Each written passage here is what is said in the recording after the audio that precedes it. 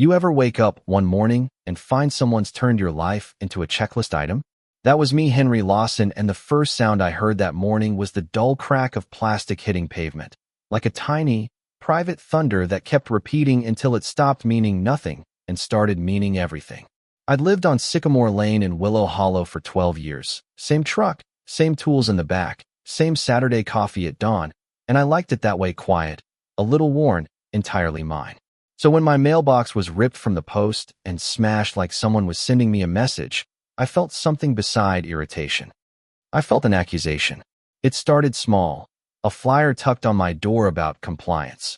A note about paint colors that somehow included my garage even though my paint matched the neighborhood rules. A neighbor's complaint that my trailer sat too visible. People in my cul-de-sac had opinions. That's normal. What wasn't normal was who came to enforce them.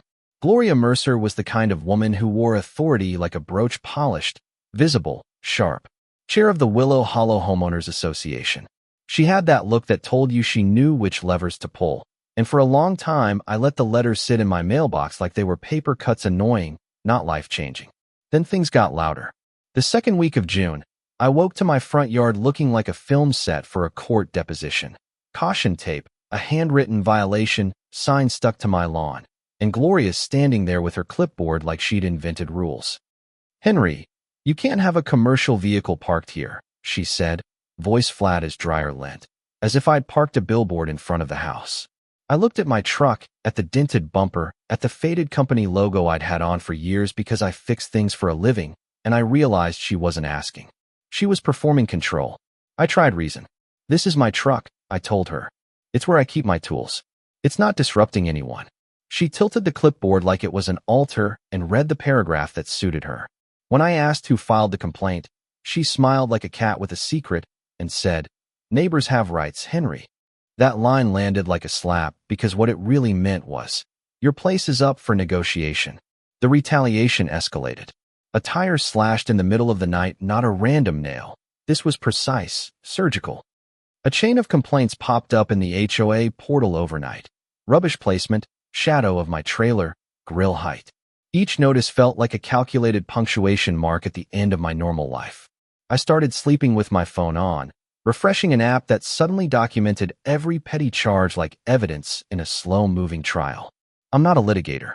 I'm a mechanic, a man who measures twice before he cuts. But there's a point when patience stops being virtue and starts being complicity. So I started recording. I bought a cheap camera, set it near the driveway, and left it alone to be the witness I wished my neighbors would be.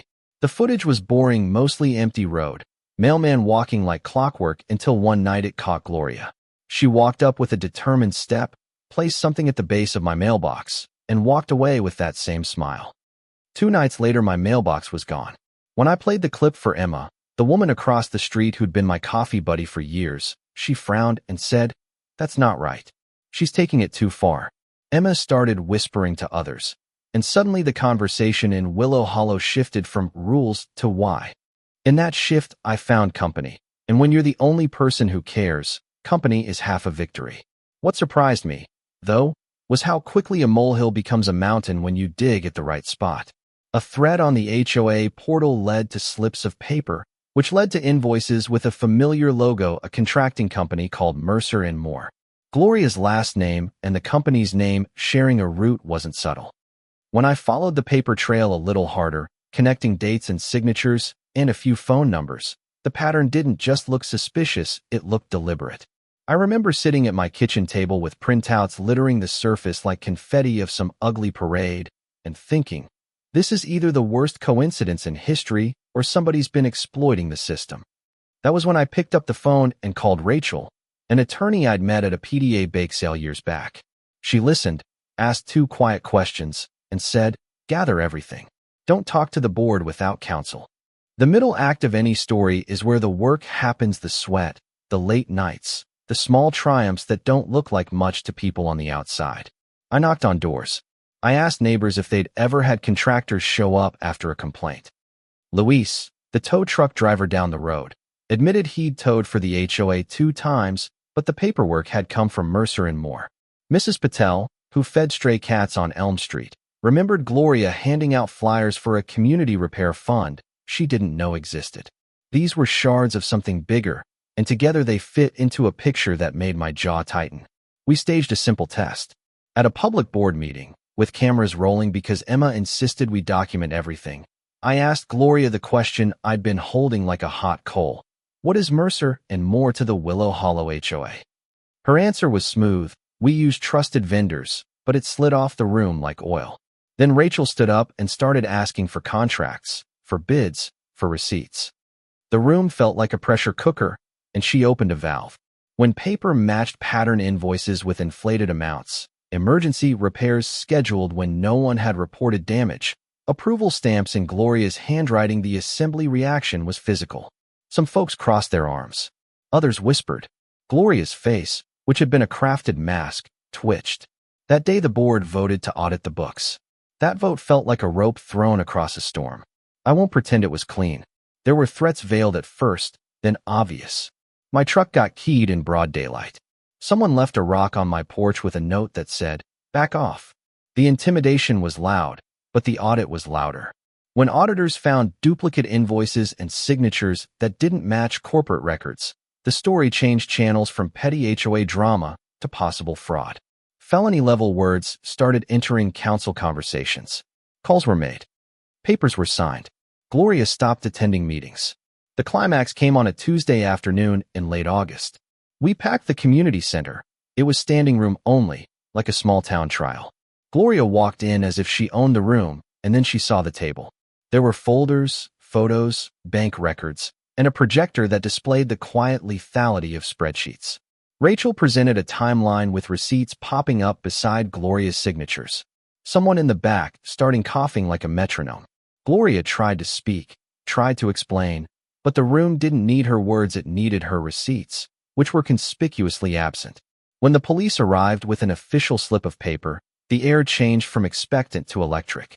People who had been nodding politely suddenly looked like they had front-row seats to a reckoning.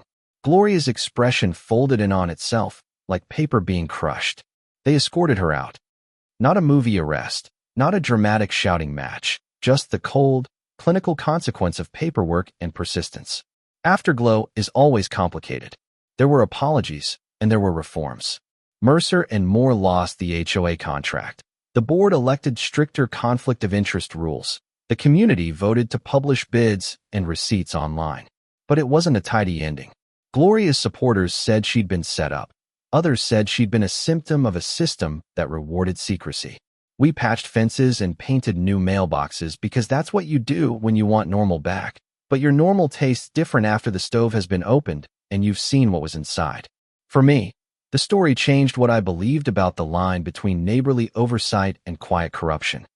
I used to think community rules were a way to keep the peace, and they are, when people are honest, but when the rulebook becomes a tool for profit or punishment, the peace is a gloss over something rotten.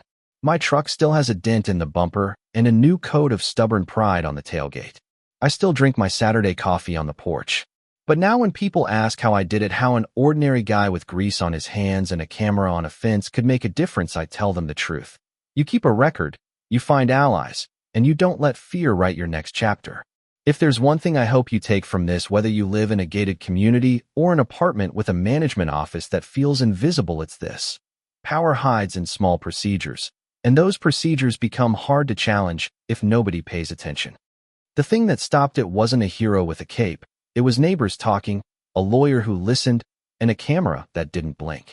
Justice in little towns is often a slow, awkward thing, not cinematic, not clean, but when it comes, it feels like sunlight through a dusty window. So tell me what you think. Was it right to expose the board, even though it split the neighborhood? Did Henry go too far or not far enough? Drop your thoughts below. Tell me about a rule that felt wrong where you live, and if you've ever had to stand up to someone wearing power like armor. I read every comment, and I want to know who's right in your story and who deserves to be questioned.